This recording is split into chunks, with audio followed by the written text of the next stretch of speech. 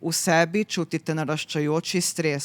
Potem zaslišite mehaničen glas, ki vam priporoča terapijo, vi pa se ustrašite, ko pomislite, da boste zaprti celo življenje in pobegnete v noč. Družbo nadzoruje sistem Sibyl oziroma Sibyl System, ki pa meri njihovo barvo, jaz temu rečem barvo duše oziroma duševnosti. Skratka, ta sistem pove, kdo bo morilec, kdo bo šel stran iz družbe, koga je treba zapreti, kdo je pa njegova, pri katerih pa je barva duše tako lepa, svetle barve pa primerna, da lahko ostane v družbi. In sicer tale znanstvenik James Fallon je začel malo raziskovati, kaj pač pomeni to, da ima nekdo psihopatske možgane oziroma da je lahko potencialno nek morilec ali pa kaj podobnega, recimo, da naredi nek zločin. In njegova zgodba je zanimiva, ker se je ukvarjal z neko študijo s kolegi in njegov kolega je pač naredil te skene možganov, so pogledali, kakšni možgani obstajajo. No in je za hec rekel, pa dajmo pogledati še tvoje možgane in možgane tvoje družine.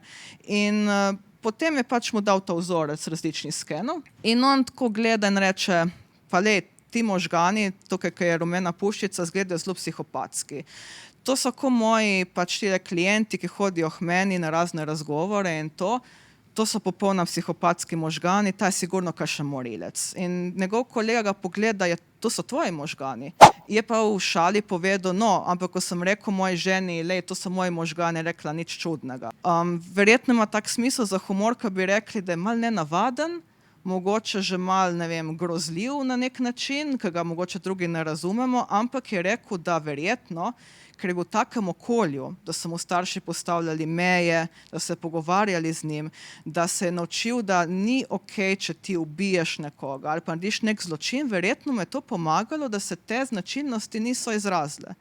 In zdaj, če pomislimo na onega junaka pri 5 letih, če bi bil mogoče v dobrem okolju ali pa bi dobil kakšen drugačen cilj, kakor to, da škoduje drugim, mogoče bi se vse spremenilo.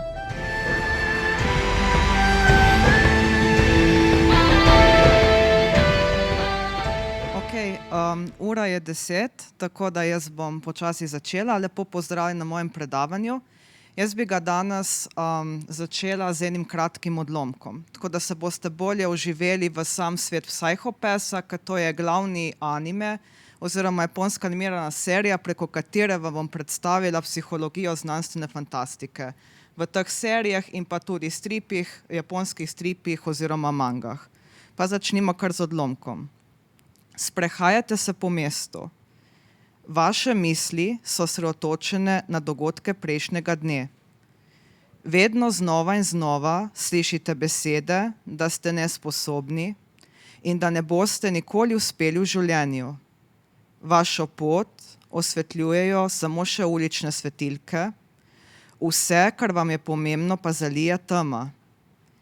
Nenadoma se vaš obup spremeni v jezo, pred seboj vidite osebo, ki vam je zavedno uničila vaše sanje. V sebi čutite naraščajoči stres. Potem zaslišite mehaničen glas, ki vam priporoča terapijo, vi pa se ustrašite, ko pomislite, da boste zaprti celo življenje in pobegnete v noč. Na ta način sem pred 10 leti začela z analizo tegale animeja in sicer je šla v reviji oziroma v glasilu Magnet Manga. Mogoče ste jo kateri že videli, ampak jaz sem takrat je obstajalo še društvo Animov.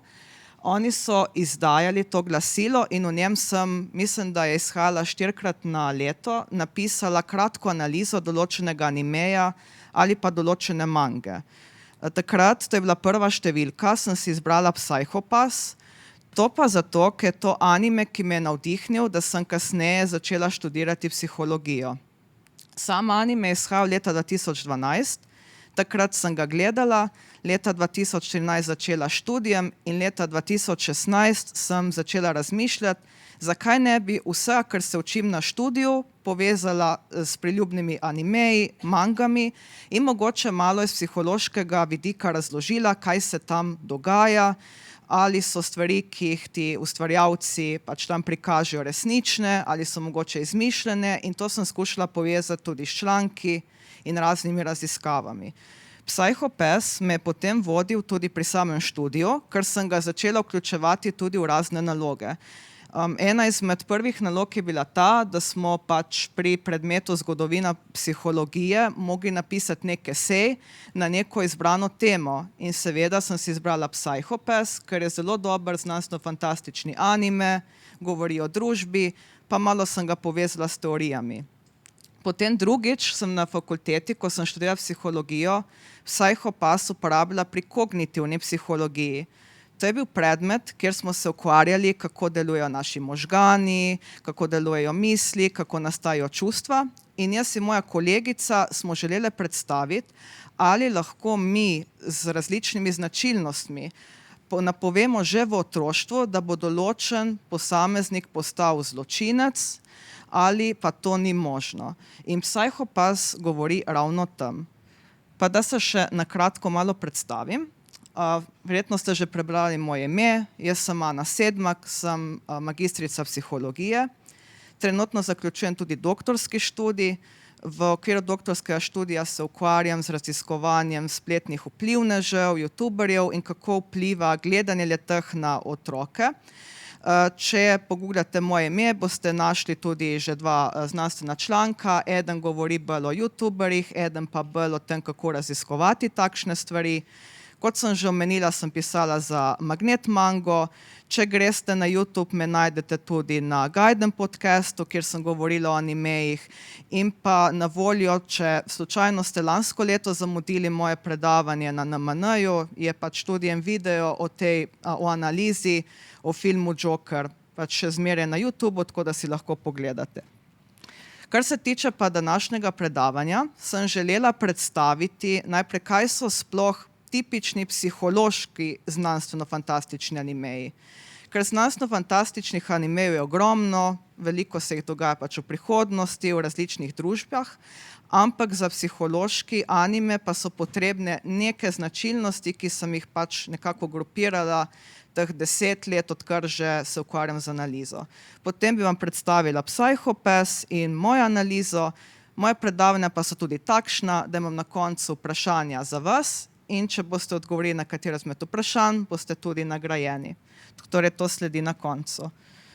Najprej bi vam tukaj predstavila nekaj različnih psiholoških znanstveno-fantastičnih animejev. Ne bom se spuščala v podrobnosti, so samo našteti, ampak želela sem poudariti, da če želimo reči, da je nek anime psihološki, jaz vidim, da se mora v bistvu dogajati bolj z razvojem družbe, kot pa z razvojem neke znanosti ali pa z razvojem neke tehnologije. Takoj, ko jaz vidim anime, v katerem je družba nekako drugačna ali pa se ukvarja z nekim družbenim fenomenom, recimo Koito Uso je en anime, ki se ukvarja z nizkorodnostjo na Japonskem in kako bi jo rešili, potem rečem, da je ta anime mogoče psihološki.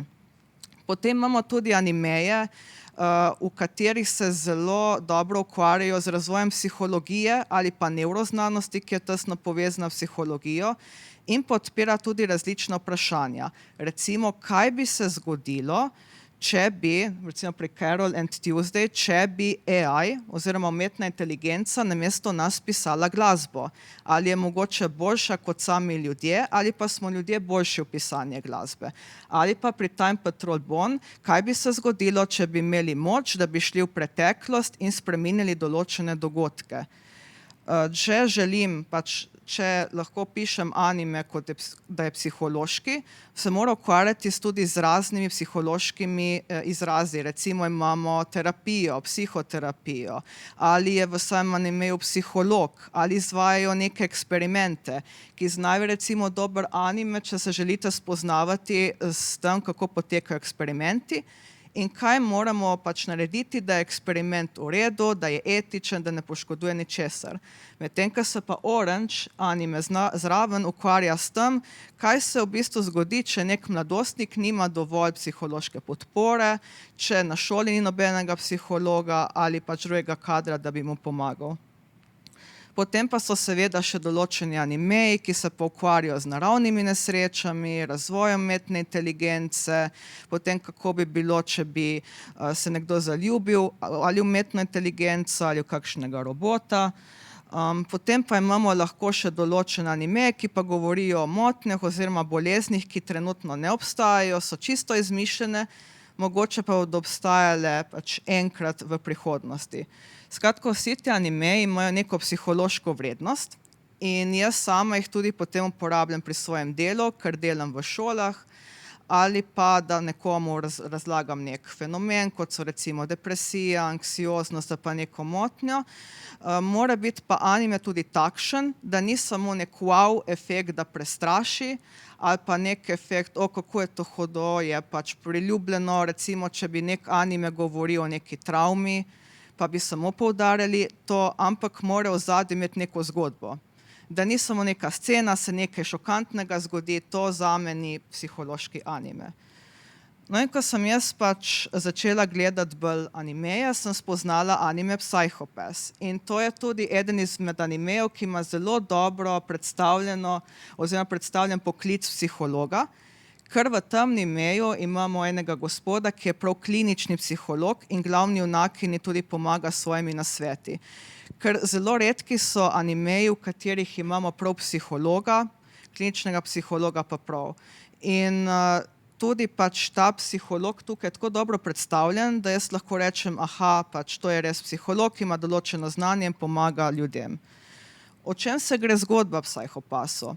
Psycho Pass govori o prihodnosti, izhaja leta 2012, govori po letu 2112 in takrat spoznamo glavno junakinjo, ki prihaja na prvi delovni dan.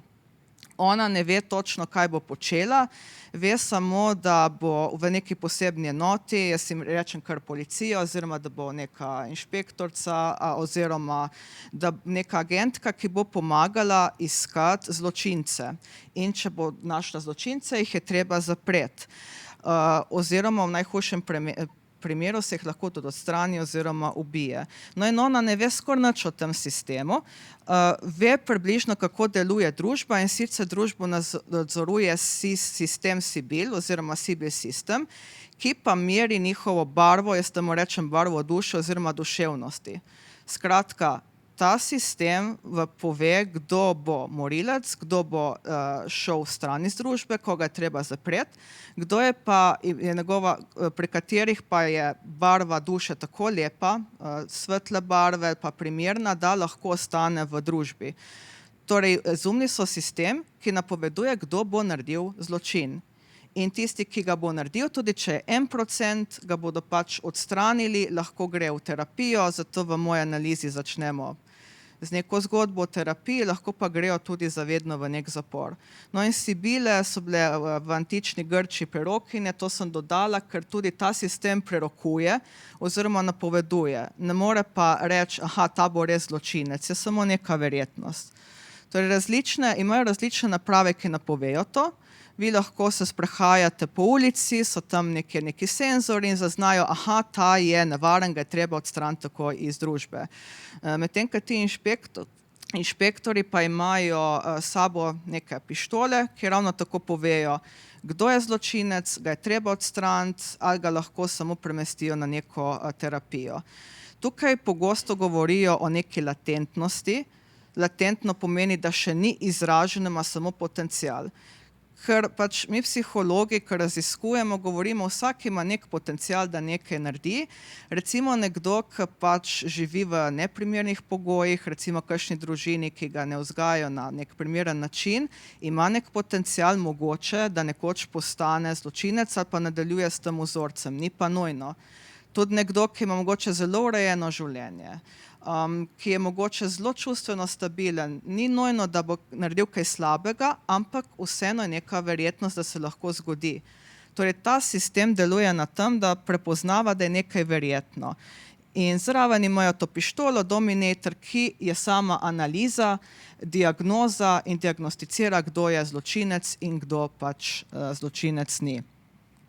Tukaj glavna junakinja začne malo tako dvomiti v sam sistem, ker reče, tukaj imamo enega človeka, ki ni naredil čisto nič in vi ga želite pač ubiti oziroma zapreti samo zaradi tega, ker je en skener zaznal, da je malo preveč pod stresom. Mogoče je imel stresen dan. In naprave to zaznajo in reče, aha, ta je preveč stresen, preveč jezen, mogoče bo nekoga udaril. Torej, jaz sem videla ta sistem bolj kot to, da sistem dejansko želi povedati, da nekdo, ki je zaznan kot zločinec, bo kar zločin naredil. Nobenega procenta, kolikšno je verjetno, tudi če je samo 1% ali malo, ga je treba odstraniti iz družbe in si ne zasluži živeti v tem sistemu. Medtem, ko v njihovi teoriji je pa ta značilnost, da je nekdo zločinec samo prikrita, mogoče bo, mogoče ni. Tudi oni so se odločili, če je majhna verjetnost, da boš naredil zločin, je boljše, da te odstranimo iz družbe. Kar je bilo meni tudi zanimivo, ker sem začela leta 2012 gledati anime, pa zdaj, kako se je tehnologija takrat razvijala. Ker tukaj v tem animeju je zelo veliko tehnologije in za nekatero sem takrat prav presenečena. Aha, to bo obstajalo, to še ne obstaja. Mogoče tudi zaradi tega, ker sama nisem imela teh stvari. Recimo imajo neke virtualne pomočnike v svojih stanovanjih, ki jih opozarjajo, da morajo piti vodo, jesti, jim načrtujejo nek urnik, potem imajo naprave, s katerimi tako govorijo, da se vžge luč in podobno, pač te naprave seveda zdaj podobne že obstajajo. In seveda VR, naprave, kjer spremljaš temperaturo ozračja, samovozeči avti so bili tudi v tem animeju predstavljeni, kar je pa mene najbolj presenetilo. Ko sem gledala ta anime, je ena scena, ko so v šoli in so vsi na tablicah in se učijo s tablicami. In takrat sem bila 4. letnik srednje šole in sem bila, wow, a takšna bo prihodnost, jaz tega ne verjamem. No, v petek recimo sva z enim mojim učencem delala na tablici in to je bil čisto običajen pouk. Jaz pač takrat si nisem mogla predstavljati, koliko bo tehnologija, tablice, pač internet, vse to, kako bo vključeno v šolski sistem. Ker oni, tam imajo namesto učbenikov tablice in pač prihodnost je tukaj. Največje vprašanje pri tem animeju pa je, ali mi lahko napovemo, da bo nekdo storil zločin, še posebej, če je nekdo zelo mlad. Eden izmed junakov namreč pove glavni junakini, ko je bil on 5 let star, je sistem določil, ta je zločinec in so ga odstranili iz družbe. In ti, ki jih odstranijo iz družbe, še posebej ti, ki se ne bodo mogoče nikoli pozdravili, imajo tudi možnost, da postajajo kot nekakšni pomočniki pač tej policiji in on se je za to odločil, ker živeti celo življenje zaprt v neki ustanovi se sliši zelo hudo. Tako da on se je odločil, da bo pomagal sistemu. In s tem vprašanjem, ali je možno napovedati že pri otrocih ali pa mladostnikih, da bodo zločinci, sva se ukvarjali tudi jaz in moja kolegica, ko sva imeli seminar. In takrat sva mi dve odkrili zelo zanimiv primer in sicer tale znanstvenik James Fallon je začel malo raziskovati, kaj pač pomeni to, da ima nekdo psihopatske možgane oziroma da je lahko potencialno nek morilec ali pa kaj podobnega, recimo, da naredi nek zločin. In njegova zgodba je zanimiva, ker se je ukvarjal z neko študijo s kolegi in njegov kolega je pač naredil te skene možganov, so pogledali, kakšni možgani obstajajo. Ne vem točno, z kakšno študijo se je šlo, ampak psihologi recimo damo kakšne naloge, pa potem skeniramo možgane, pa vidimo, kateri centri se osvetlijo. No in je za hec rekel, pa dajmo pogledati še tvoje možgane in možgane tvoje družine. In potem je pač mu dal ta vzorec različnih skenov in on tako gleda in reče, pa ti možgani, tukaj, ko je rumena puščica, izgledajo zelo psihopatski. To so ko moji pač tile klienti, ki hodijo k meni na razne razgovore in to so popolna psihopatski možgani, ta je sigurno kakšen morilec. In njegov kolega ga pogleda, to so tvoji možgani. In njemu se je zdelo čudno, kako moji možgani, če pa nikoga nisem ubil, nikoli nisem naredil nič kaj takega, pa živim običajno življenje z otroci, ženo, hodim v službo, pomagam ljudem, je pa v šali povedal, no, ampak ko sem rekel moji ženi, to so moji možgani, rekla nič čudnega. Verjetno ima tak smisel za humor, ko bi rekli, da je malo nenavaden, mogoče že malo, ne vem, grozljiv na nek način, ki ga mogoče drugi ne razumemo, ampak je rekel, da verjetno, ker je bil v takem okolju, da so mu starši postavljali meje, da se pogovarjali z njim, da se je naučil, da ni okej, če ti ubiješ nekoga ali pa narediš nek zločin, verjetno mu je to pomagalo, da se te značilnosti niso izrazile. In zdaj, če pomislimo na onega junaka pri 5 letih, če bi bil mogoče v dobrem okolju ali pa bi dobil kakšen drugačen cilj, kot to, da škoduje drugim, mogoče bi se vse spremenilo. Skratka, rekel je, ja, mi niti ne vemo, koliko potencialnih zločincev je med nami in če pogledaj na možgane, mogoče ugotovimo, ampak niso vsi takšni, da postanejo zločinci. Torej, sklep psihologov je, da vse je v verjetnosti. Je večja možnost, če si v nekem slabem okolju, če se družiš s takimi ljudmi, imaš take ideje, da postane zločinec, ni pa nujno. In tudi glavna junakinja se s tem ne strinja. Ni je malo čudno, zakaj zapiramo ljudi, če niso nič naredili, in se trudi, da jim pomaga. Zanimivo je tudi, da sam sistem ne deluje na vseh ljudeh enako. Lahko imamo človeka, in tukaj je en primer, ki naredi nek zločin. Tukaj so ona začudila, zakaj se eni spravljajo na svojega sodelavca, pa tale CB sistem, ta sistem ne pove, da so zločinci, da jih je treba odstraniti. Torej, neke napake so v tem sistemu. Mogoče kakšen človek se samo razjezi, pa je že zločinec, kakšen pa lahko nekoga ubije, pa ga sploh sistem ne zazna, da je zločinec. In tukaj v tem animeju se tudi dostikrat ukvarjajo z internetom, z razvojem interneta in umetne inteligence. In jaz se spomnim, ko sem to gledala, pač ni bilo šans, takrat smo imeli računalniki, so bili telefoni, ampak nismo bili toliko na zdravje. Nismo bili toliko na internetu ali pa imeli sabo na en telefonov, da bi lahko to trdila, da je bilo takrat resnično, ampak že zdaj pa ta pravi, ja, telefoni jih imamo povsod, jih imate povsod, tako vaš, ne vem, nož ali pa nekaj drugega, kar uporabljate. In pač glavna pravi, ja, tako je, tako smo sprejeli in takšen je sistem. Tako da meni je zelo strašilo, kako pač ta anime postaja vedno bolj resničen, no, na eni strani. Kar še povejo tukaj, je tudi to, da če recimo je starš zločinec, pa ima pač razmerijo, v bistvu, kakšna je duša njegovega otroka, tudi ni zmeraj, da če je star zločinec, da je otrok zločinec, tudi to niso še tukaj dokazali in v psihologiji tudi to ni dokazano 100%, ja, če nekdo naredi zločin, bo tudi otrok tak, tudi s tem se ukvarjajo. Imajo pa tudi še nek problem in sicer oni želijo ves stres, vsa ta negativna čustva dati ven iz sistema in vse te ljudi potem spravijo na psihoterapijo, ker si mislijo, ok, če nekdo zelo jezen je pod stresom, moramo ga nafilati s tabletami, rabi pomoč in začelo se dogaja, da ljudje so začeli odmirati. In so postali rastline, se ne odzivajo in to predvsem zato, ker jim je vzeto vse, kar jim je všeč. To se je opazilo v tem animeju predvsem pri umetnikih, pač tukaj na sliki en izmed umetnikov, sistem je zaznal, da njegova umetnost je, če jo bo pač kazal drugim, bodo vsi postali zločinci, je neprimerna, so ga zaprli v pač neko ustanovo, ki jo imajo in je počasi pač začel umirati duševno in je bil samo rastlina. Skratka, če preveč stresa odstranimo in stvari, ki jih imajo ljudje, potem začnejo dejansko umirati. In tudi eden izmed junakov pravi, da ta sistem prav ubija dušo, še posebej pri umetnikih in kakšnih znanstvenikih in podobnih.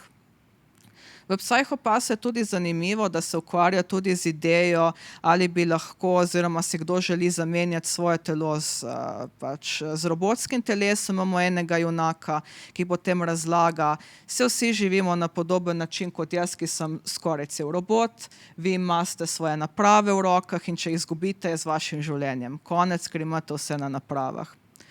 No, potem pa pridemo počasi do tega junaka, ki sem ga predstavila prej, torej kliničnega psihologa in tukaj je prvič, da sem rekla, ok, to pa ni zelo pač psihološko predstavljeno, ker on takoj, ko pogleda glavno junakinjo, ve že vse.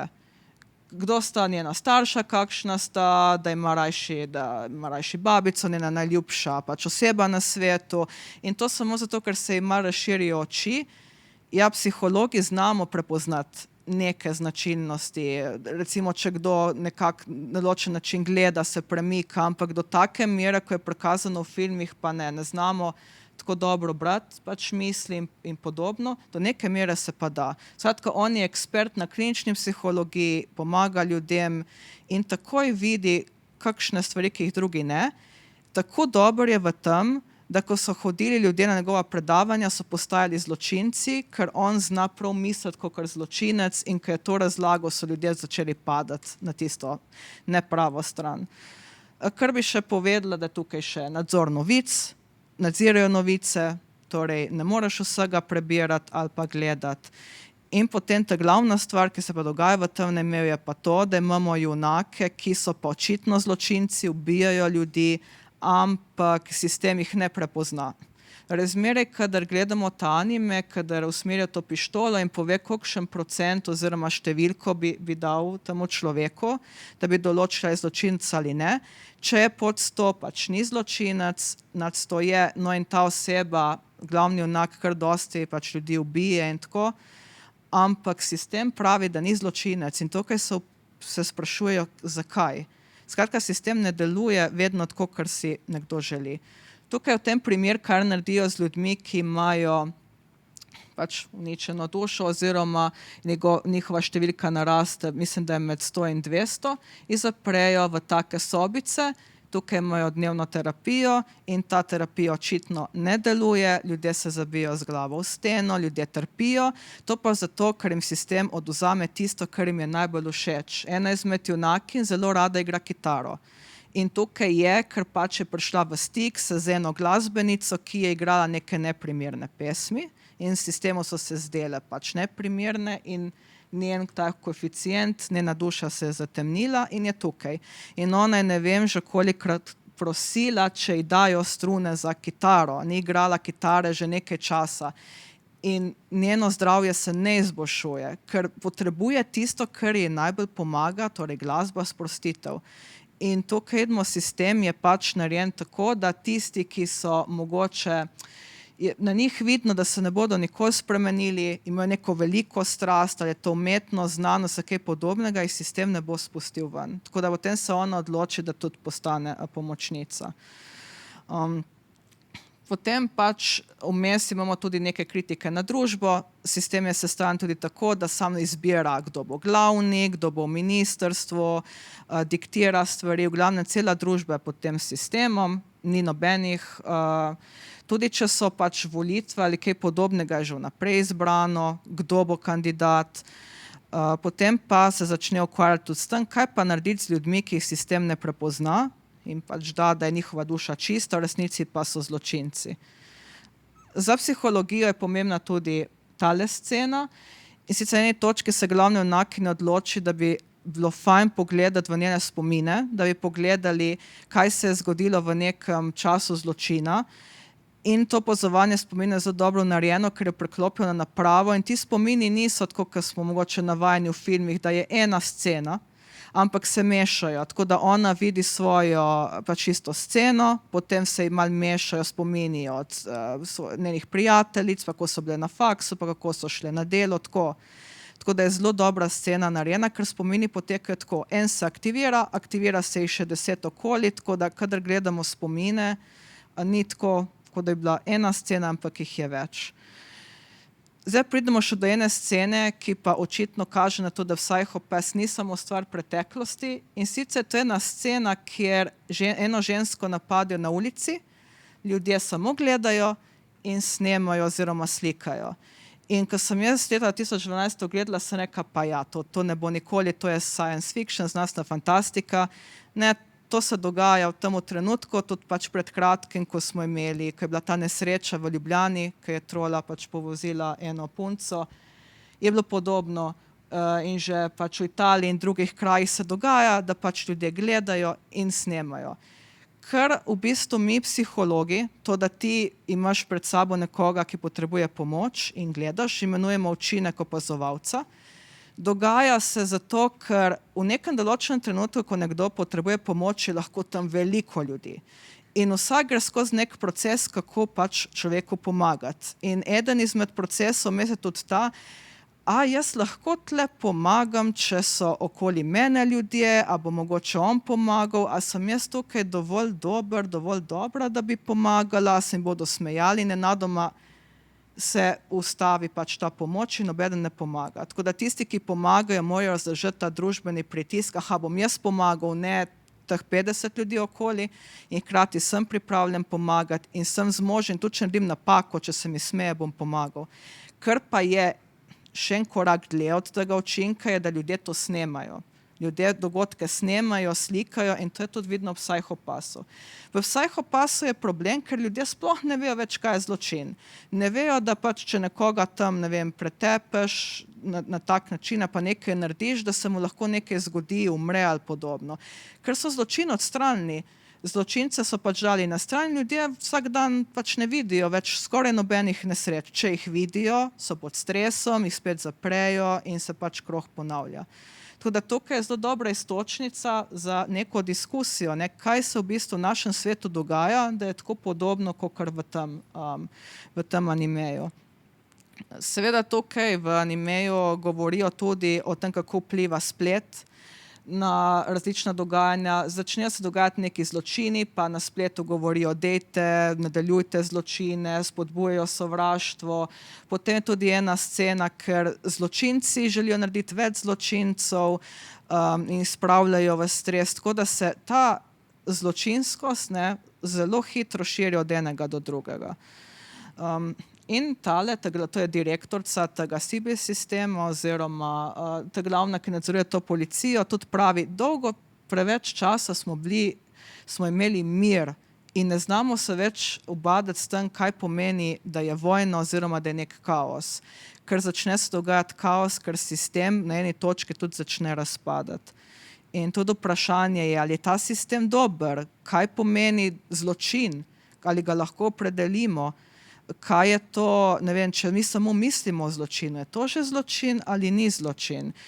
In vmes so tudi druga vprašanja, recimo kako je Japonska v prihodnosti zgrajena. V bistvu na tem animeju ima samo Japonska ta sistem. Japonska je zaprti sistem in ima samo na to in pravi, da je najboljši sistem, da imajo tak mir, da bi ga bilo fajn razširiti tudi drugam. In glavna junakinja se s tem ne strinja, misli, da bi ga mogli izboljšati in se bori za ljudi. Tako da tudi ljudje želimo vedno boljšo družbo. Zdaj, Psychopass je zelo dolga serija. Jaz sem pač pogledala samo anime in je pač 3 sezone so, še filmi so, drugače je še manga, pa light novel, pa filmi so. Tako da potem gre CB sistem malo naprej. Malo se razvije, tako da bom še na kratko to predstavila. Sicer se nadaljuje z novo glavno junakinjo oziroma ta postane pomočnica prejšnji in začnejo tudi ljudje razmišljati, kaj bi lahko naredili, da ne bi postali zločinci, in začnejo izumljati vedno boljše tablete in vedno boljše sisteme za terapijo. Zato je tukaj vidimo primer, ko so ustvarili nova zdravila in jih delijo. V smislu, vzamete te tablete, se bo vam znižal stres in ne boste postali zločinci. Kar je tudi zanimivo, glavna junakinja ima zanimivo moč, ki je mogoče lahko primerjam z neko psihološko, kako poteka psihoterapija. Ko vidi, da je nekdo, recimo tukaj piše, ima to številko, criminal coefficient 299, prej je imel 300, mu je uspelo s pogovorom spraviti z eno točko dol, to pomeni, da bo šel v terapijo. Če bi bila čez 300, bi ga ubili, ker pač ni več vreden za tisto družbo, ker je že tako velik zločinec, da ne more priti več nazaj na boljša pota. Tako da glavna junakinja zelo dobro govori z ljudmi, se pogovarja in prisluhne in se njihov koeficient zniža. Medtem ko v tistih zaprtih celicah očitno to ne funkcionira, ker tega ne delajo. Večinoma se z njimi ukvarjajo kakšni roboti, umetna inteligenca in tisti psihoterapevti tudi očitno ne znajo tako dobro govoriti z ljudmi kot ona. Tukaj se tudi pojavlja vprašanje, ali je ta sistem v redu ali ne. Eni so zelo besni, nič ne pomaga, ne zdravila, ne pogovor in bi želeli uničiti sistem. In težava je, ko poleg stresa, ki ga imamo, uničimo še dobri stres. Ker stres lahko v grobem delimo na 2 dela. En stres je ta, ki nas zelo obremenjuje, ne moramo misliti, zamrznemo, nam tudi škoduje na zdravju. Drugi, pozitivni stres, nam pa pomaga, da recimo premagamo neko stvar, neko oviro, imamo malo treme, pa se prej začnemo pripravljati na predavanje, ali pa imamo v službi nek rok, smo pod stresom, ampak nam daje energijo, da gremo naprej.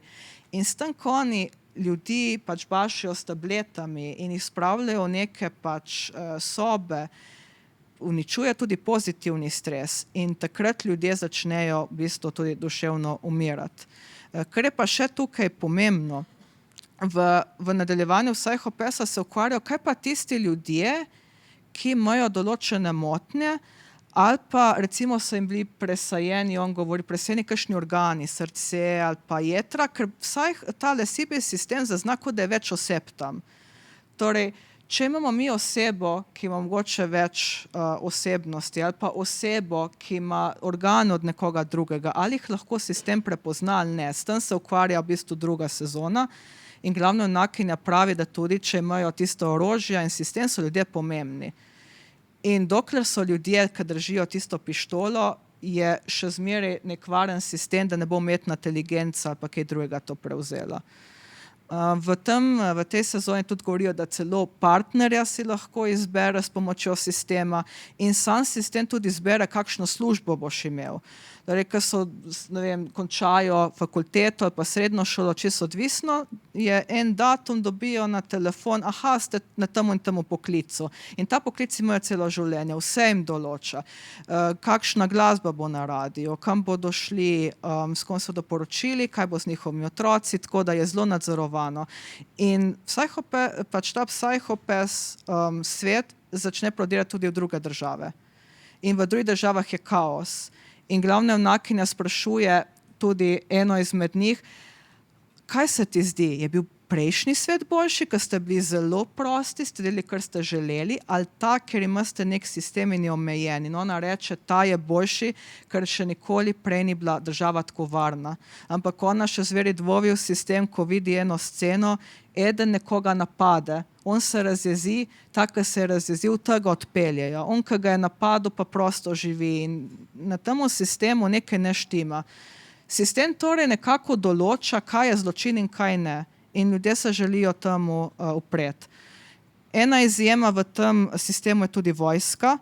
Tam, ko naši junaki grejo pogledati, nekaj se v vojski zgodi, nek zločin grejo pogledati in CBS sistem tam ne deluje. Je neko območje, ker ne zazna nič, da je kdo zločinec ali ne, to pa zato, v bistvu pravi eden izmed vojakov, ker ta sistem določa, koga lahko ubiješ in on jim pravi, ta sistem, ne, aha, vi morate napasti to državo in to ni zločin, to je okej. Zdaj, tako smo vam vi ukazali. Torej, vojska recimo izjema, ki jo CBS sistem ne doseže, tudi če so to ne vem kakšni zločinci. Potem je pa še tretja sezona, pač to je bila druga, kjer pa je spet eden, ki bi mu lahko rekla psiholog, čeprav Japonci zelo radi uporabljajo tudi izraz mentalist.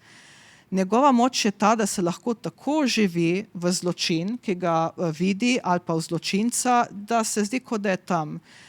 En primer je recimo, grejo na neko sceno, tam je nekdo umrl, on lahko se dotakne tam, nekaj časa razmišlja, pa pride po spominih do takrat, ko se je ta zločin zgodil. To je kasneje razloženo, da zelo dobro sklepa iz dogajanja, tudi iz informacij in se res dobro živi. Tukaj je še ena scena, v tretji sezoni se začne ukvarjati tudi z različnimi migranti iz drugih držav, ker bežijo v sistem ali pa se selijo. In tukaj so napisal vsakdo izmed nas v vsakih pogojih, ker je bila ena scena, ker tile policisti so bili malo živčni, pa so usmerili pištolo, so rekli, bomo tako na hitro pregledali, kdo je dober za našo državo. In ta moški na tleh se tako strašil, da bodo ženo ubili, ker ni poznal te pištole, je skočil pred njo, koeficient se mu je dvignil in je postal zločinec. Tako da v tem sistemu vsakdo lahko postane zločinec, to če je najmanjši stres. In ta glavni junak uporablja to sposobnost psihologije, to se pravi, da zelo dobro razmišlja, kaj ljudje delajo, kaj se je zgodilo, da razmisli o nekem situaciji, kako se je zločin zgodil in pol ena pove dvom, ne boš postal zločinec, ne, ker vsak mentalist oziroma psiholog mora tudi vedeti, kako se umiriti, kako tudi na sebi delati, da pač ne pademo v pač neke težave, neko motnjo in podobno. Tako da recimo jaz, ki delam z otroki, pa moji kolegi, moramo tudi paziti na lastno duševno zdravje in tudi na sebi delati, in če rabimo pomoči, tudi mi na psihoterapijo, kakor on pravi, ker drugače ne moremo pomagati. No, tukaj v nadaljevanju Psycho-Pass zvemo tudi za neke posebne enote, ki delujejo na področju migrantov, neki specialni investigatorji obstajajo. Potem je pa še ta zanimiva stvar, v enem trenutku se pove o tem eksperimentu, in sicer eksperiment gre tako, imamo skupino študentov ali pa učencev, ki so podobno po ocenah, po znanju, in jih razdelimo v dve skupini. In zdaj pač eni skupini govorimo, vi ste neumni, vi ne znate nič, drugo skupino pa lahko, čisto odvisno, lahko pustimo, lahko pa tudi govorimo, da je dobro, odvisno od eksperimenta. In tista skupina, ki smo govorili, kako so slabi, čeprav so bili prej enako uspešni, bodo pa izgubili to uspešnost, bodo res začeli verjeti, da so neuspešni. Tukaj se tudi gre v sistemu, če nekomu govoriš, da je zločinec, mogoče bo nekako enkrat postal. No, in temu, da se mi naučimo, da smo nemočni, da nečesa ne zmoremo, pač pravimo naučena nemoč. In tukaj imam pač en primer enega eksperimenta. Dr. Charissa Nixon je na svojih študentih naredila eksperiment, dala jim je, tako so 3 besede, v bistvu to so nekako pomešane črke, tako da ni nujno, da te besede kaj pomenijo, ampak razdelila jih je v 2 skupini in rekla, iz teh besed oziroma črk sestavite novo besedo. Eni študentje so to naredili takoj, drugi študentje so pa gledali, kaj se dogaja, zakaj tega ne znam. Potem so šli na drugo besedo. Prvi študente, prva skupina so spet zelo hitro iz te besede sestavili novo, druga skupina ni zmogla. Tretja beseda je pa pri vseh enaka in je zelo lahka. Prva skupina je spet rešila z lahkoto, tretja pa ni šlo. Ker oni so se, prve 2 besedi sta bili za njih različni, sta bili nerešljivi in so se po 2 besedah naučili, da nečesa ne zmorejo, in je bilo tako težko, ko nekako pač možgani ne delujejo več, zamrznejo, in tako se mi učimo pač, kako biti nemočni. Če nam nekdo cel čas govori, da smo nemočni, smo šibki, ali pa nam dajo naloge, ki so prezahtevne, še posebej, ki jih še ne znamo reševati, je to lahko velik problem, in v tem sistemu je to tudi velik problem. Dosti ljudi je krivih, a so nedolžni. 2 primera. Zgoraj je pač ena punca, ki je slučajno bila v prometni nesreči, ker se je nekdo zaletel v njo in njenega fanta. On, ki se je zaletel, ni zločinec, ona je. In spodaj primer glavnega junaka, ki je pa videl umreti svojega očeta. Je pač bil nek umor, nekaj takega, no, če se prav spomnim. Ampak ni postal zločinec, čeprav je bil zelo pod stresom. In na koncu je v bistvu ta CB sistem se še nadaljuje, vmes imajo še neko idejo, da bi ga v celoti naredili, da je kot umetna inteligenca brez ljudi in da bi bil povsod po celem svetu, ampak seveda pač glavni junaki se proti temu borijo, tako da mislim, da je zadnji film, je samo vprašanje umetna inteligenca proti ljudem, kaj je dobro, kaj ni. Če zdaj na kratko povzamem, kaj sploh prinaša ta anime. Jaz sem pač malo pokazal, kako jaz razmišljam, tem je ogromno. Ta anime je zelo fajn, ker se ukvarja številnimi psihološkimi vprašanji. Lahko ga uporabimo pri študentih psihologije, ne vem, v srednji šoli, lahko že na koncu osnovne šole, da bi razvili debato. Torej, vprašanje, ali lahko napovemo nek zločin oziroma antisocialno vedenje. Kakšen bo bil položaj psihologije in drugih ved v prihodnosti, ker tukaj je zelo tako, vidi se vpliv, so psihologi, psihoterapevti, ampak nimajo dovolj znanja, večinoma so samo neke tablete, pa mogoče kakšni programi za pomoč. Kako bo umetna inteligenca vključena na vsak dan? Tukaj na levi je tudi primer, ko glavna junakinja gre na splet in se posvetuje z enim avatarjem. In tam dosti časa preživijo na spletu, recimo. In kakšna bo družba v prihodnosti? Tukaj je primer družbe Japonske, ki je zelo zaprta, ima nek sistem, je varna, druge države imajo kaos. Jaz bi tudi rekla, to eden izmed animejev, ki je mogoče tudi standard za psihološke animeje, ker ima vse, kar jaz želim, da bi psihološki anime imel. Govori o psihologiji, govori o družbi, odpira vprašanja, tudi močna čustva doživljamo, povežemo lahko z našimi dogodki vsakdanjimi in vmes so tudi kakšne pač motnje, kakor so depresija, anksioznost, recimo medvrstniško nasilje, ki so zelo dobro predstavljeni in psiholog, ta kliničen psiholog je tudi dobro predstavljen in sem vesela, da je en anime, ki je res dober predstavnik psihologa notri. Tako, zdaj smo pa prišli še na ta drugi del in sicer jaz ponavadi postavim neka splošna vprašanja. Ta vprašanja pri svojih predavanjih postavim zato, da tudi vi malo razmišljate in tudi poveste kakšno idejo, kako bi odgovorili na to, debatirali in zmeraj rada to nagradim. Ker želim, da bi bili v podobnih situacijah, da bi znali debatirati, si kaj povedati, izpostaviti kakšno stvar, tako da drug del mojih predavanj je takšen. Vprašanja so 3, lahko odgovorite na eno, na vsa, tudi kaj drugega poveste, tudi lahko me vmes kaj vprašate. Naredili bomo tako, da bom šla, tisti, ki želi kaj povedati, dvigne roko, grem do vas, poveste v mikrofon odgovor, vaš komentar in dobite nagrado. 3 vprašanja pa so, kaj bi še izpostavili pri tem animeju, če ste ga gledali ali pa če ste brali mango ali pa roman. Kaj bi se zgodilo, če bi vi živeli v svetu Psycho-Passa ali pa če bi imela Slovenija, recimo kakšna druga država to. In ta tretja, ali poznate še kakšen znanstveno-fantastičen anime mango, lahko je tudi film ali kaj drugega, ki je pač podoben temu, pa vam je mogoče pomagal vam ali drugim, ker recimo meni je pomagal na ta način, da sem začela študirati psihologijo in imam zdaj celo kariero z analiziranjem animejev. Torej 3 vprašanja so, tisti, ki želi karkoli odgovoriti, dvigne roko, pridem do vas, poveste in dobite, bom imela sabo nagrade. Bi kdo kaj povedal, vprašal? Ja, pridem.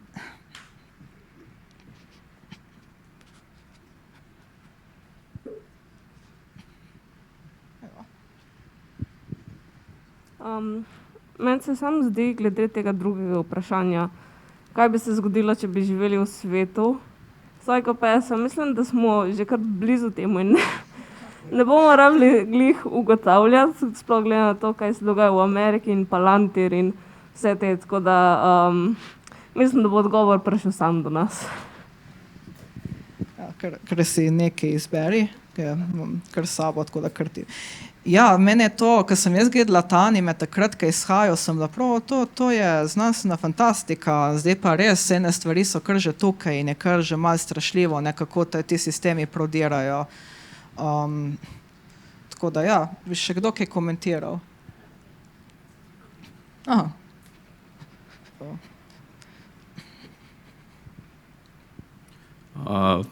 V filmu, ko se proba razširiti v tujino, se zgodi, da pač oni ročno prepišejo ta crime coefficient od vseh.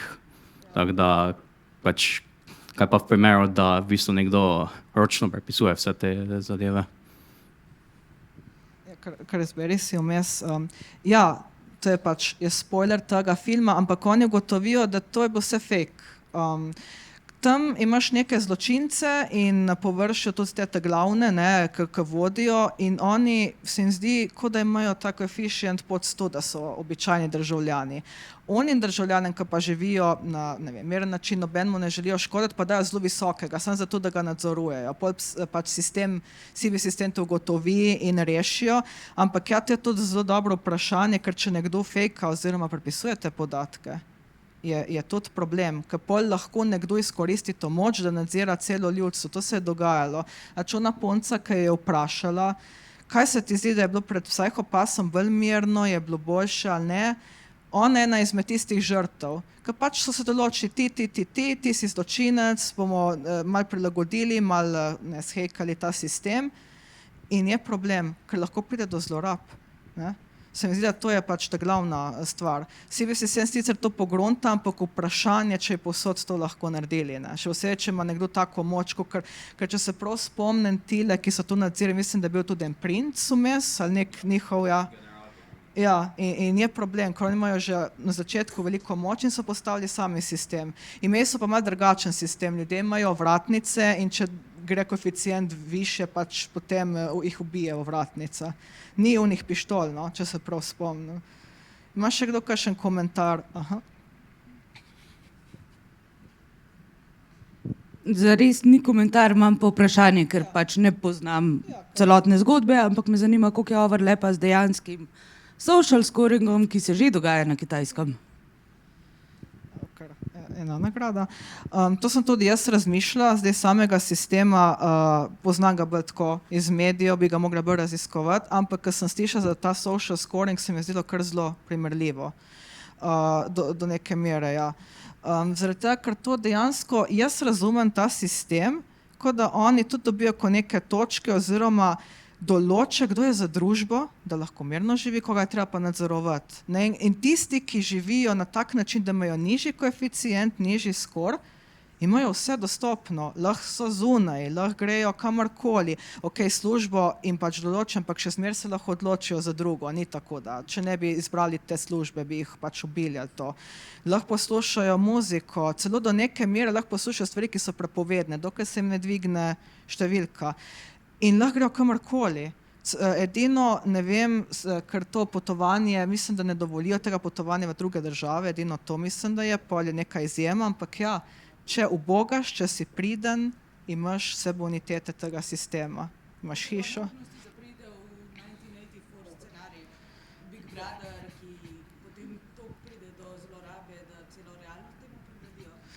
Jaz sem že...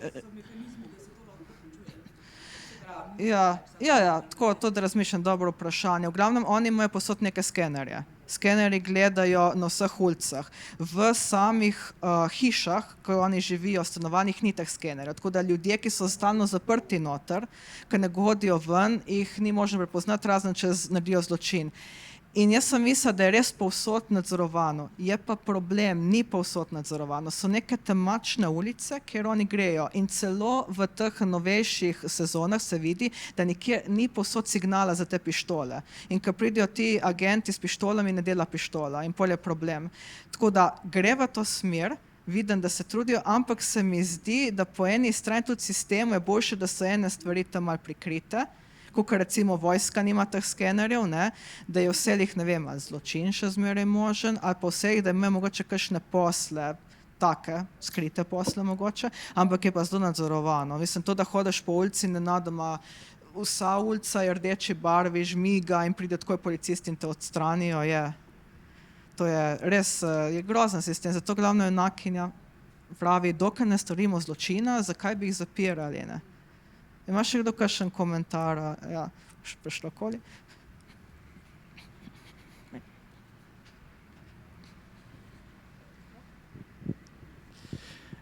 Meni je ta prvi komentar je to, da takoj, ki ste rekli, da dobimo mikrofon, pa tole sem isto postal živčen. Spotlight. Ampak drugače pa kot odgovor na tretje vprašanje, meni je ful všeč Freerun zdajle, ki je zadnje 2 leti zelo popularen, ki se loteva žalovanja. Drugače pa pač One Piece, ki je to cel point vsega karakterja, kako se loti svojih psihičnih težav. Evo, kar... Ja, to je fajn. Jaz ponavadi imam predavanje bolj na Mofokonu in na teh anime eventih, ampak ja, jaz ugotavljam, vsak anime ima neko moč, da nam pomaga. Pač tudi meni so eni animeji zelo pomagali, ni važno, kateri so. In vsakem lahko najdemo neko psihološko temo. Ne bo One Piece, Freerun, tako da je to nek način, kako si pomagati in pač moja ideja je bila, kako jaz preko tega medija ljudi učiti, da vsi pomagamo drug drugemu. Tako da tudi Psycho Pass, en del se pač vidi, kako pomagati človeku, ker očitno ta sistem ne deluje, če se tam nekaj imajo terapijo tolčejo z glavo v zid. Tako da ja, vsi anime imajo nekak potencial. Aha, mogoče ne pri... Tukaj bom pošla.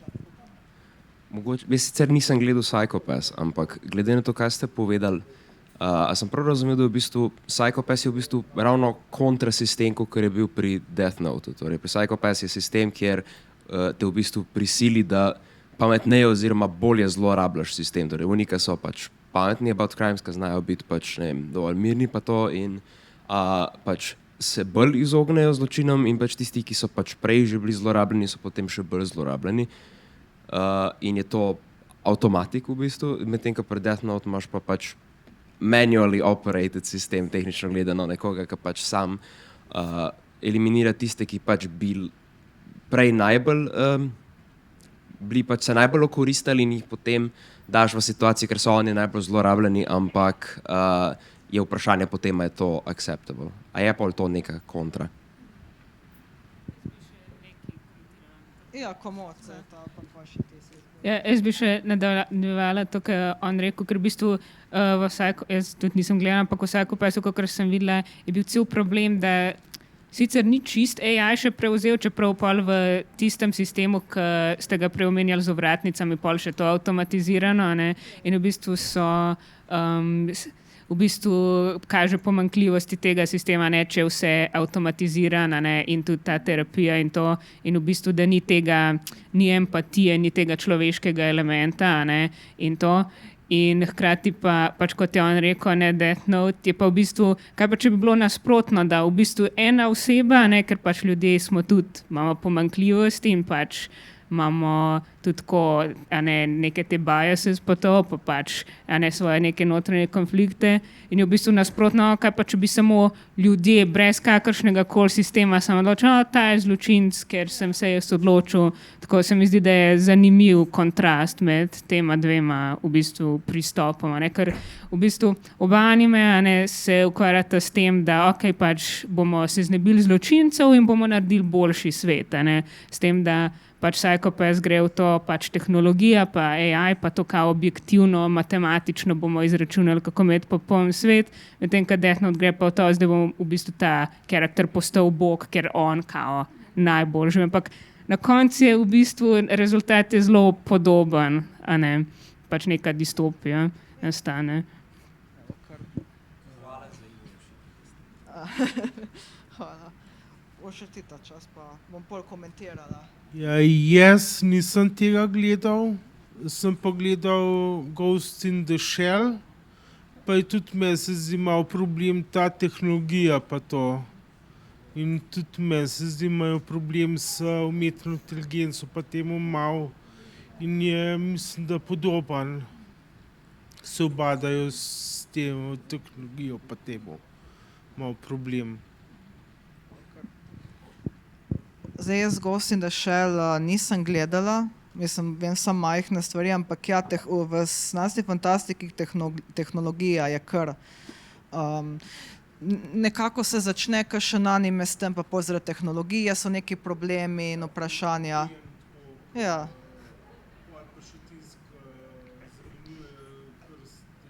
Ja, to recimo. Ja. To, kaj je pač enake zamenjal skoraj celotno svoje telo s tehnologijo. No in če še se navežem na to, kaj je ta dva. To se pravi, ta prva stvar, ja, Death Note, Psycho-Pass, ja, v Psycho-Pass je to problem. Tisti, ki so zločinci in sistem ne prepozna, zelo dobro regulirati svoje čustva in tudi verjamejo, da je to, kar delijo prav. In še posebej, če verjameš, da je prav, jaz bom ubil tega in to bo pač pomagalo celi družbi. In na ta način se lahko res okoristijo, če posebej je ta mehaniziran sistem, ki ga lahko itak prepišeš, napišeš svoje procente, da to glavno enaki ne pravi, dokler je človek tam, lahko do neke mere nadzira, ampak tudi ljudje so zmotljivi. In pol ubijajo, ne vem, ena oseba bila tam žrtvo in oni bi jo kar ubili, ne, zakaj, če pa je bila žrtva in ji treba pomagati. In glavno enaki se proti temu bori, da zniža njihov koeficient s pogovorom, da ji lahko pomagajo. Tako da ja, to je bilo zelo zanimiva debata, ja, Death Note pa. Ja, tam pa nekaj nagrad še imamo, no. Hvala. Verjetno se bo videlo po majici, o čem bom govoril.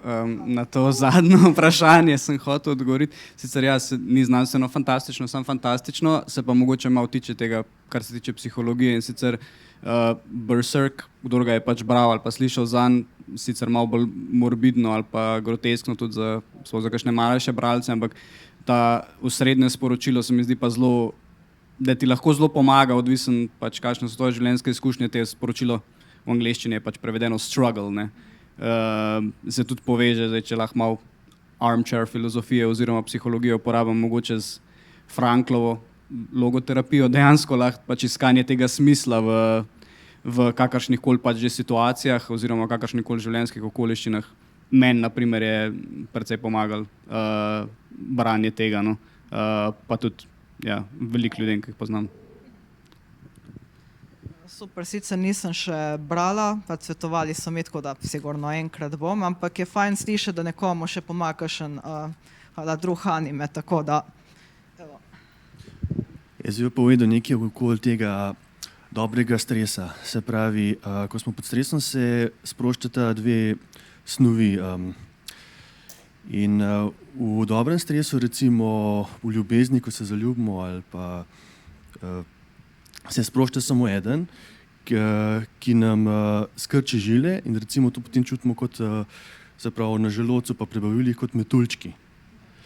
Pa okoli Psychopathsa bi še to z japonsko, tam je zelo ta ambient, da se držijo, da ne motijo ambienta, da imajo to spoštljivost, in se velikokrat zgodi, da psihološke težave ostanejo skrite.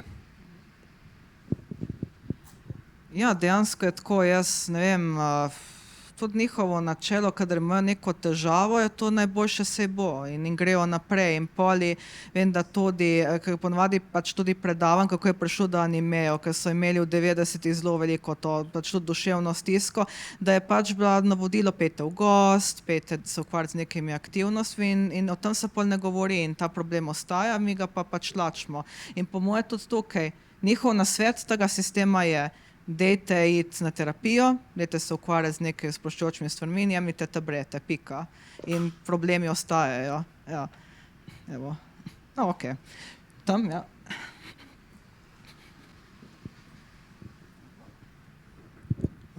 Jaz bi pa eno stvar sam izpostavil, ker se mi zdi, da je v popularni kulturi malo spregledana, ampak je zelo pomembna in zelo relevantna za naš svet. Kar smo zdaj govorili, je vse o distopijah nadzora, ne? Ena stvar, ki nam pa manjka, referenca sploh, da bi razmišljali o njej, pa nasprotje distopija podzora, če si upam uporabiti ta izraz. Se pravi, to je v angleščini, se temu reče undersight namesto oversight, ali pa surveillance namesto surveillance. In zakaj o tem pravim? Ker jaz imam občutek, da mi živimo v tem sistemu, kjer mi ponekod imamo tudi te nadzorne kamere, ki nas ves čas spremljajo, ampak psihološko imamo precej hujši pritisk od kamer, ki jih mi sami nosimo v naši okolici. Jaz berem o tem, kako imajo mladi ljudje danes težave iti v družbo in se sprostiti zaradi tega, ker imajo občutek, da ves čas nekdo okoli njih lahko nekaj snema in bojo slučajno zadnji v nekem skitu za TikTok in se zaradi tega držimo nazaj po nepotrebnem, ker pač imamo občutek, da en drugega ves čas nadziramo. In to je nekaj, kar dejansko ne poznam v popularni kulturi neke serije, ki bi se s tem ukvarjala. Ves čas govorimo samo o nadzoru, nikoli o podzoru. Ja, to je zelo zanimivo. Tudi jaz na pamet mi ne pade nič takega, sem se pa spomnila tako na prvo žogo iz psihologije, ko govorimo, da ravno to obdobje mladostništva je že sam razvojni občutek, da nas nekdo stalno gleda, neka osebna zgodba. In seveda zdaj, ko imamo posod telefone, kamere in tako, je še hujše, ker dejansko nas lahko nekdo gleda oziroma nas snema. Ja, tudi to.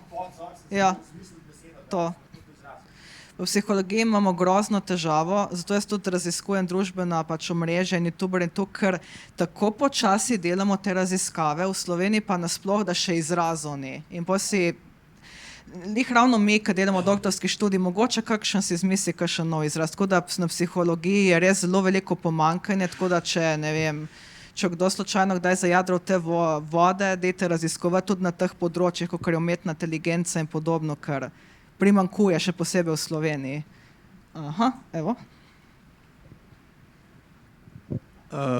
Ravno to nekaj zelo podobnega je v Nolanovu Batmanu, ta drugem filmu, kjer ima on nadzor, prek kjerga celotno mesto opazuje, da ugotovi, kje je Joker. In to je točno to. Pač vse naprave, vse, kar je prisotno, je uporabljeno za nadzor. Tako da nekje imajo.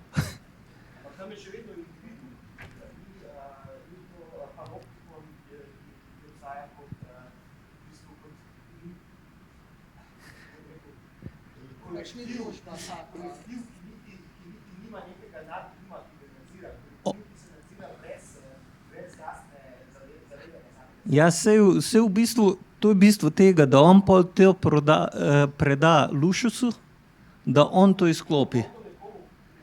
Namenoma, ja, namenoma.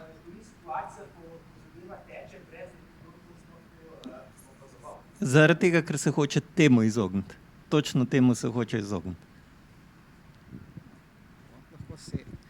Ja, jaz zato, ker razmišljam, to me zelo spominja na ta nenapisana pravila, ki jih imamo v družbi, ki nobenih se ne dogovorimo, ampak jih vse spoštujemo, ker drugega nadziramo.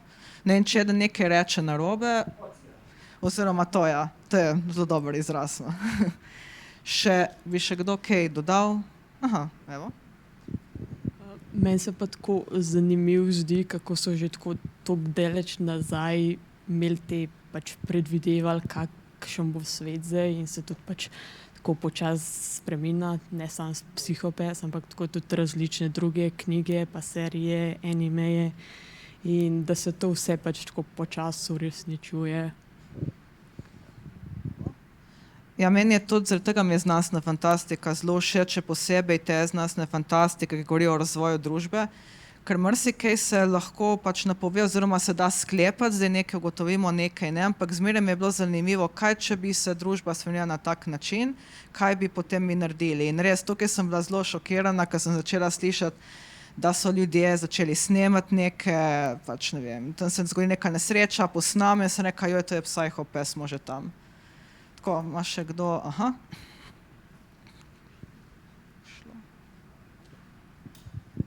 Zdravo. Jaz bi v bistvu to komentirala, jaz Psychopatha nisem gledala, ampak kakor je bila predstavljena družba, sistem delovanja, je v bistvu relativno neposredna refleksija knjige Mi, ki jo je napisal Evgenij Zamjatin 1924. Tako da ne, da so že 2012 razmišljali o tej družbi, vsaj 1924, če ne še pred tem, karkoli je Evgenija Zamjatina inspiriralo, da je napisal svojo knjigo. Tako da... Ja, to je res neverjetno, kaj vse se lahko da sklepati, pa malo domišljije. Mislim, da so še 3 nagrade, če ima kdo še... Kar. Jaz sem gledala Psychopath že dolgo časa nazaj, verjetno enkrat, kadar si ti gledala Psychopath, tako da se ne spomnim dosti, ampak mi je ostal zelo v spominu in bi rada vsega predlagala tudi zaradi antagonista glavnega, ki je, če so vam všeč tako zelo nice morally grey villains, vam bo zelo všeč Psychopath. Mislim, da on je tudi velik kritik družbe, ne, nasplošno, tako da po eni strani se nekako strinja s to glavno protagonistko, ne, po drugi strani pa tako very unlikable character, ne. In me zanima, kako bi ti mogoče malo psihoanalizirala, zdaj ful na hitro. Zdaj tako, zato sem izbrala tudi njegov citat za zgodovino psihologije, da sem ga pol opisala, zelo se strinjam z enimi trditvami, on zelo bere literaturo staro, pravi, da knjige bi mogli brati. filozofija, ja, to je zelo, je podkovan v tem. In želi si ta sistem, če se prav spomnim, uničiti, ne strinja se z njim, njimi pa všeč meni osebno ta način. On v bistvu zelo zanimiv način ima. On se zbira razne ljudi, ki si tudi sami želijo uničiti ta sistem in pol oni v bistvu bijajo kakšne ljudi. Recimo vem, da eno je bila srednješolka, se ne spomnim, mislim, da je bila srednješolka, ki je bila zelo obsedena pač s slikanjem, skulpturami in jo je videl in pol je v smeru, lej, bi lahko ubijala ljudi, naredila z tega art, pol si je tega, ki je ta android, ne, cyborg izbral. Res zelo dobro razbira ljudi, manipulativen, ve, kaj povedati in pri tem on je pač tam, sedi in nadzira.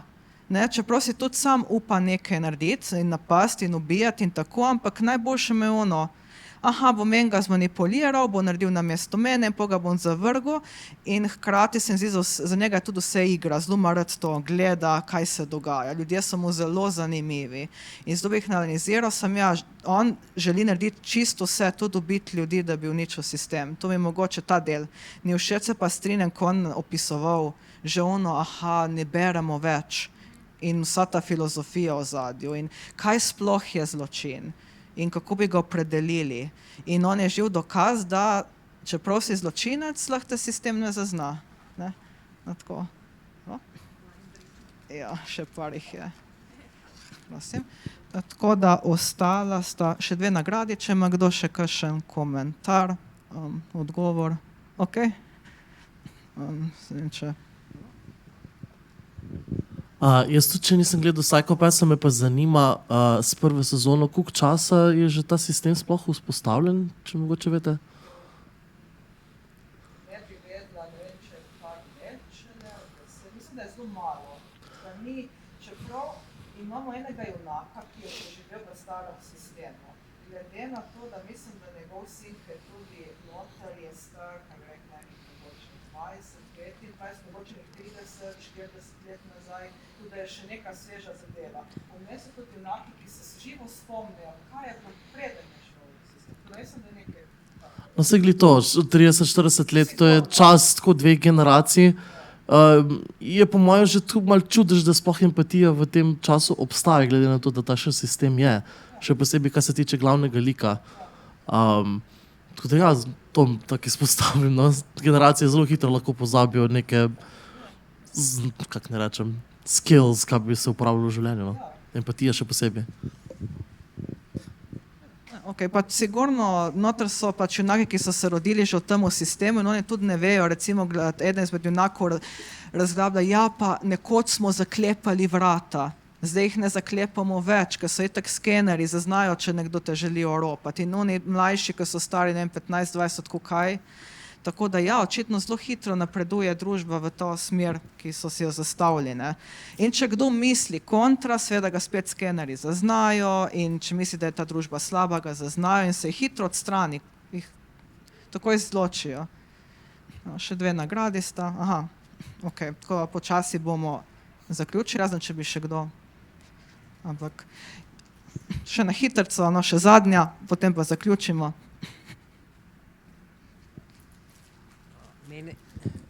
Mene bi pa v bistvu zanimalo, koliko bi vam ta tehnologija, naprimer v sodobnosti oziroma prihodnosti, pomagala pri vašem delu? Koliko bi vam v bistvu lahko dejansko razkrila miselni svet ljudi in koliko bi vam dejansko lahko zaupali? Konec koncev tehnologija, tako da ima svoje, kot anime dobro prikaže, sive cone. Sigurno bi bila pač neka pomoč v smislu to, kar že psihologi delamo, da dobimo že pri diagnostiki je problem. Pač ne more samo z ene diagnoze sklepati, z enega papirja, z enega testa. Rabiš ogromno teh papirjev, testov, spoznati človeka. Tako da jaz mislim, da psihologi mogli še zmeraj ostati v tem, da spoznamo človeka, ne zaupamo sistemu 100% in tudi odvisno je od situacije. Tako da meni mogoče pomagal za nek hiter scanning, mogoče, ampak že jaz pri svojem delu opažam, že ko pač dobim nekega učenca z diagnozo, jaz rajši najprej spoznam učenca in delam s tistimi njegovimi značilnosti, ker če samo vidim, je pač nagnjen kriminalnosti, To mi nekako nič ne pomeni, dokler jaz ne začnem spoznavati učenca, pa naredim še kakšen test in podobno. Ne? Tako da sigurno bi pomagalo, mene brez skrbi, da bi nekdo to zlorabljal, ampak mogoče ne toliko psihologi, ampak mogoče res kakšen drugi, je pa tudi možno, mi psihologi kakšen se najde in pač to zlorabi. Tako da bi pomagal do neke mere, da vidim v pogled v človeka, ampak še zmeraj tako delam tudi zdaj, da se pogovorim s človekom, vidim situacije in ne sklepam toliko, kaj bo v prihodnosti, ampak kaj je treba narediti zdaj. Tako, prišli smo do konca, tako da hvala vsem, ki ste prišli, komentirali stvari. Hvala.